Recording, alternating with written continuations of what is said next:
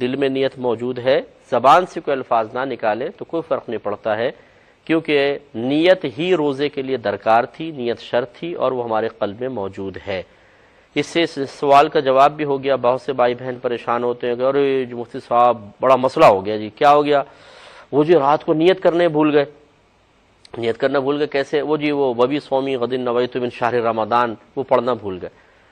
تو میرے پیارے بھائی، یہ ابھی جیسے میں نے آپ کو سمجھا ہی دیا ہے کہ نیت دل کے پختہ ارادے کو کہتے ہیں۔ یہ تو جو ہم دعا وغیرہ پڑھ رہے ہیں یا زبان سے کچھ ہم اظہار کر رہے ہیں، یہ قلبی نیت کو الفاظ کی شکل میں ذکر کر رہے ہیں۔ اور میں نے پہلے وضاحت کر چکا ہوں کہ شریعت کو الفاظ مطلوب نہیں ہے، قلب میں نیت کی حاضری مطلوب ہے، لہٰذا آپ کی نیت ہو گئی، گھبرائیں نہیں۔ دوسری بات یہ ہے کہ بعض اوقات ایک ظاہری عمل ہمارے قلب میں موجود نیت کی ایک علامت بن جاتا ہے، اس وقت بھی کوئی پریشان ہونے کی ضرورت نہیں ہے۔ اگر وہ ظاہری عمل موجود ہے تو گویا کہ نیت تھی۔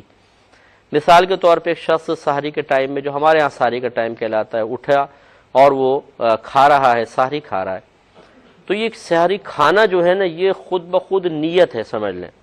اس اعتبار سے نیت ہے کہ اگر آپ کھا رہے ہیں اور آپ سے کوئی پوچھے کیوں کھا رہے ہیں تو آپ کیا جواب دیں گے؟ وہ کل روزہ رکھنا ہے نا۔ اس کا مطلب یہ ہوا کہ آپ کا سحری کھانے کا عمل خود بخود ظاہر کر رہا ہے کہ آپ کے دل میں کوئی نہ کوئی نیت ضرور موجود ہے۔